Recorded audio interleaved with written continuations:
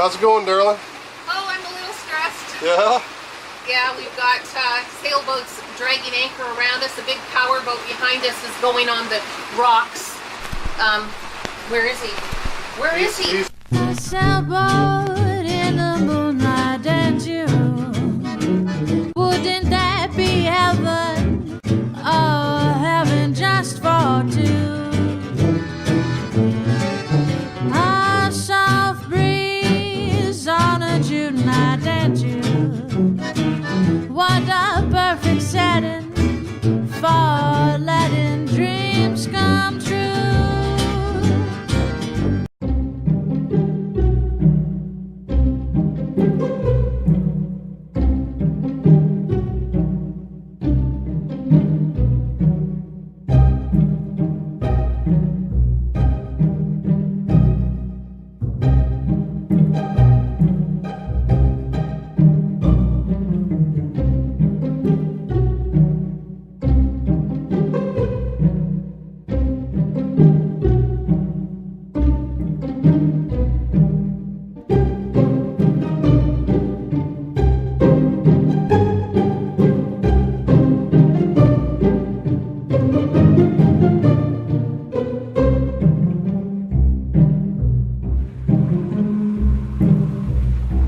As you can see behind me, this cut in the rock. This is the entrance into Hatchet Bay.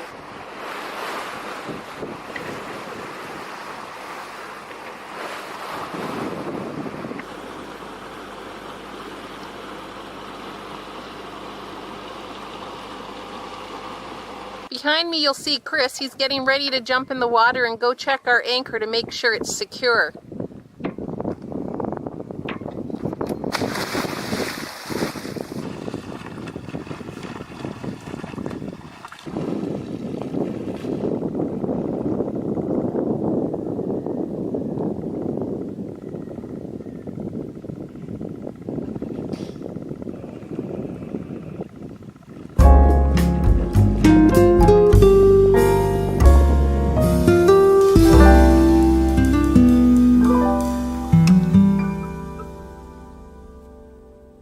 Well, we came down to Hatchet Bay for a good reason. There was a forecasted bit of a storm coming up. So Deb and I tucked in here in order to get some cover and protection from these heavy, heavy winds. There were a lot of other people that joined us as well, so this bay is pretty much full.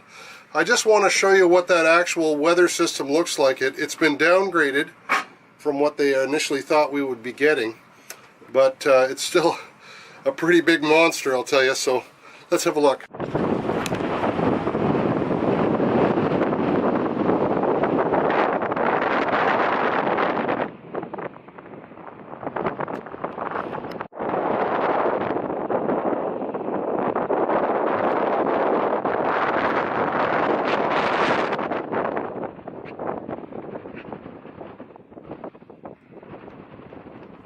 So what are you thinking, dear? I'm thinking that it may be blowing over us, but then I'm looking, it's almost like I can see another set of clouds above these ones, yeah. And they're coming this way, and these ones are going that way, and it's almost like it's starting to spin, maybe. So it might come back at us and then come at us from the north. Yeah. So, anyways, batten down the hatches, get ready for whatever. All shite breaking loose. All shit breaking loose. And I think the guy behind us is dragging too, so. Yeah, so you might have to go out and... Well, we have to go do some rescuing. Yeah, too bad. Anyways, we'll keep an eye for him. Yeah. Shoot. Oh well. Okay. Anyway. Okay. As long as we got each other, dear.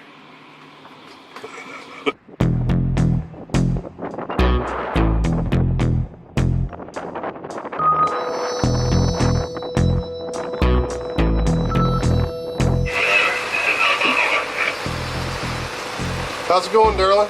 Oh, I'm a little stressed. Yeah? Yeah, we've got sailboats dragging anchor around us. A big power boat behind us is going on the rocks. Where is he? Where is he? He's right there. Shoot. He's right there, and he's just gone. He's hit the mark. We got sailboats all around us, and a bunch up here. Our windows are fogging up.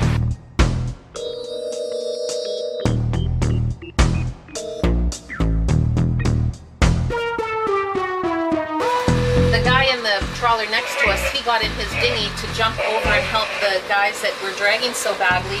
And then all of a sudden he turns around, I guess, and his boat's dragging.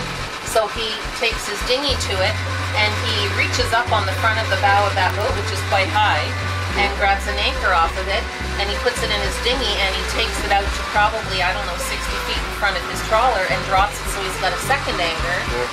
But he's really having a hard time hooking up. Yeah. So. I think he might be on a shoal there, because that aid to navigation is on a hump, on a hump of rock. Yeah, well, he probably doesn't draw that much, so lucky him. Yeah.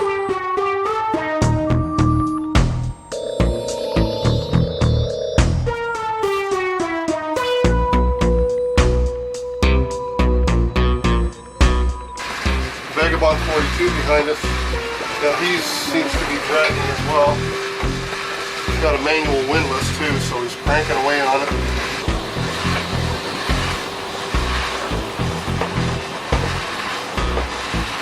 Lots of fun.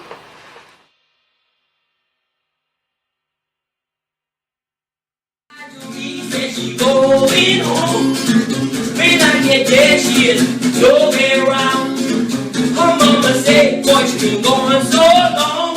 This pretty little girl, she really likes to roam. But she lied to me, said she going home. When I get there, she is nowhere around. Her mama said, boy, she been gone so long. This pretty little girl, she really likes to roam. She lied to me, yeah, going home. When I get there, nowhere around. Her mama said, she gone so long. This pretty little girl, she really likes to roam. I'm going up, down, down, down, all around, trying to find my girl, my sweet baby. Yeah. Awesome. Yeah. Right on, man. Yeah. And now it's time for a segment we like to call Cool Boats We Like.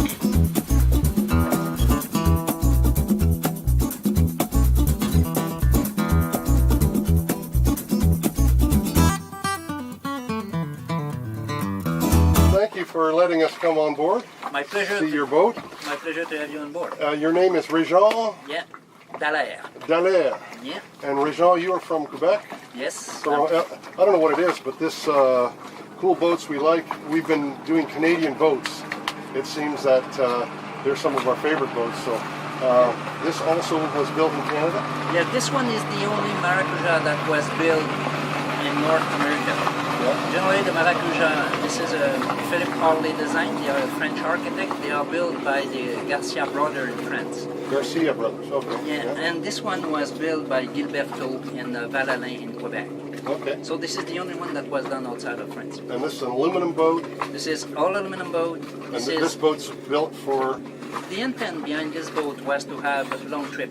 Yeah. And this is a swinging keel boat, so we could access almost everywhere. Yeah. So that really would open up some places for you. Yeah. Even we're here now at Spanish Wells. We're going to the Abacos, and we're looking at some of the entrances there. And you really got to be careful where you go in. But with this, I guess you could go in a lot more places. Oh yes, I could anchor almost 100 feet from the beach. Yeah. I'm not doing that because of the mosquitoes. Oh, I see. I see. So how long have you been sailing? Since less than 6 months. Really? Yes, I bought this boat in last October, so it was a teenager dream. Yeah. And I'm a kind of old crazy man because I was just say, okay, this is time or never. Yeah. So I bought the boat and I started to learn sailing last year. I get some good training in St. Lawrence River, Okay. Rimouski and up north. Yeah. So it was really a nice place to learn. Yeah. I did that with Les Blanchons, which is a school, sailing school in Montreal. Oh, lovely. Yeah. And it was really nice. And I had a couple of, I was part of a couple of crew that was convoying boat. We convoy Volvo 60 from Halifax to Antigua. and then Bavaria 42 from Norfolk to Lake Champlain. So it was my main experience. Okay. All But- offshore stuff. Yeah. But I was almost involved for 25 years with weather and winds because I'm a pilot glider, so Yeah. I was piloting gliders for 25 years. And that's really a big part of sailing too, is the weather and the wind. I mean, Yes. This is one day trip.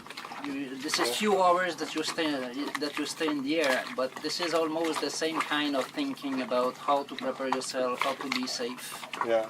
and this is a very good good basis. It's like an aircraft wing, but vertical rather than horizontal, I suppose.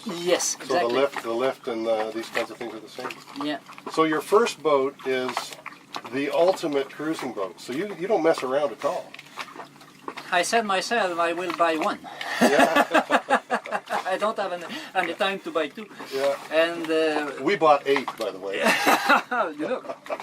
So different strokes, I guess. Yes, for different yes. folks, yeah. I'm as a background, I'm a civil engineer. So when I started to look at boat, I said, okay, what should be the best material to build a boat? Yeah. And I came to the conclusion that aluminum boat should be the best choice. Yeah. And I was looking for that. But there's only 10% of the market on used boat that are aluminum boat. They're There's hard not to so find. much. Yeah. Yeah. And We then are looking at mainly boats. in but- Europe. Yeah, the French build them there. Yeah. Yeah. We've been looking at boats, but we've not really considered an aluminum boat other than the Halibut Ovni, which we just fall in love with. But we've kind of put it outside of our thinking because it's so expensive, you know. Yes, aluminum boats are expensive, but they are maintaining their value. Yeah. This is the thing. So you get your money back at the end if you. Yes, take good I care of think it, so, suppose. but I guess that my sons are looking at the boat, so I will not be able to sell it later. Yeah. Well, you could spend the rest of your life on this, I suppose. This is what I want to do. Yeah. So this has not one but 2 keels that can drop down. Yeah. It's got one on the stern. Now we were talking earlier, actually yesterday, about running downwind with this boat, and it's kind of unique in that it trails this other. Yes, there's a couple of boats like that. I remember that I saw from Ted the brewer design that he already designed a boat with 2 swinging keels, one at the center and one at the back. Yeah. And Philip Harley came with this conclusion with this boat because this is not easy to balance a boat with a swinging keel, Yeah. because you could play underneath the water and you could play on the sail plan. So this is kind of a tricky thing to do. Yeah. As I said, she's a French girl, so she's a little more complicated. Oh yeah. But when I start to be good at that, Yeah. and when she's well balanced, she's just marvelous. Oh wow. I could Yeah. stay all the day at sea and not touching anything. Yeah. Well, that's really beautiful. Well, we'd like to say thank you for showing us this cool boat that we like. This is my pleasure. Okay. Have a good day. Thank you. Thank you.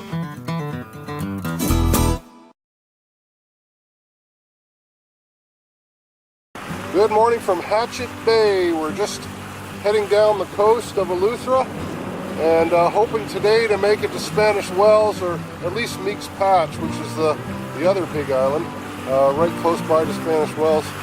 Have to leave early in the morning because there's a cut going into the Spanish Wells area that is very susceptible to tide surge, and you have to, the secret trick I'm told is to figure out when high tide is in Nassau and add an hour and a half, which means today that we've actually got to leave about 6:30 in the morning. So we're just leaving Hatchet Bay now.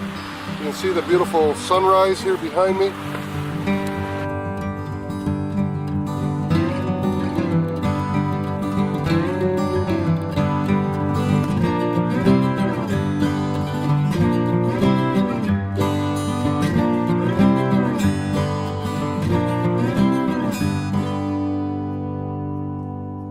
Okay, we're just coming up to Current Cut, which is a little gap in the end of the island of Eleuthera that you need to go through to get to Spanish Wells. Now you can go out and around, it's just a long way.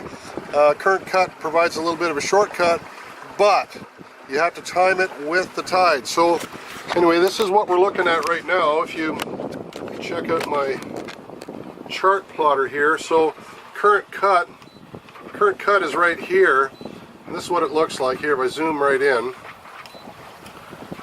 in, you'll see it's quite a narrow little spot, and it says strong tidal currents through this area. We need to be there about 10:30 today. Now it is, I look at my cell phone, 9:30 right now, and if we go back on the chart plotter here and have a peek, the distance from where we are right now to the entrance into that cut is only 2.63 nautical miles. We're going 3.7 nautical miles, so that means in less than an hour, in about 45 minutes probably, we're going to arrive there. And we don't really want to arrive there until 10:30, so 45 minutes from now, it's going to be 20 minutes after 10, so that's pretty close. I think that's probably close enough. So we're going to make that cut. Now apparently if you go there when the tide's wrong, when it's coming in, there's so much current there that your motor couldn't get through it. So you do have to time that properly, and hopefully that's what we've done. Keep our fingers crossed that we've made the right decisions here. So I've got to drop all the sail, get the boat prepared, motor started, that kind of stuff, and then we're going to go through. So we'll show you what that looks like. A bunch of what look like crab pots, floating buoys in the water here. We are currently to the south of them. It looks like you can get through. Well, now we've just been told that as well as dealing with the current going through this cut, there's going to be crab pots there as well. So, yay, that sounds exciting. Anyway, we had... There's some bubbles, but there's a bunch of them. It's not an issue. Not an issue. I think you have under land. We have a sailboat that we know that's going through ahead, so they're calling out any current. The current is 4 knots in there, and so, pardon? 0.4 knots, and yeah, so this is how we're going to get on the other side so that we can go to Spanish Wells.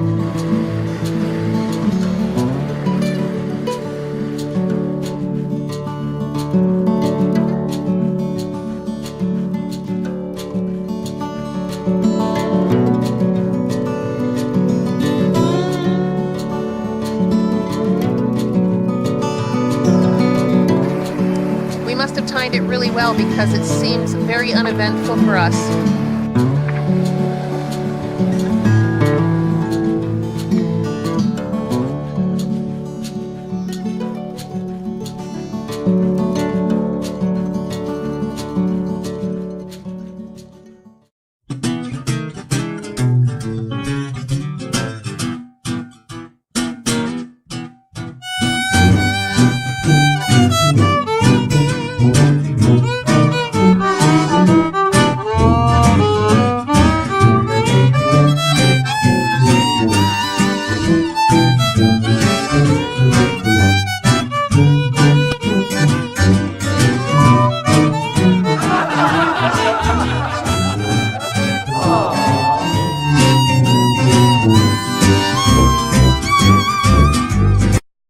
Here's something I've never done before. I just bought $60 worth of water in Spanish Wells. Must be good water. Talk to me.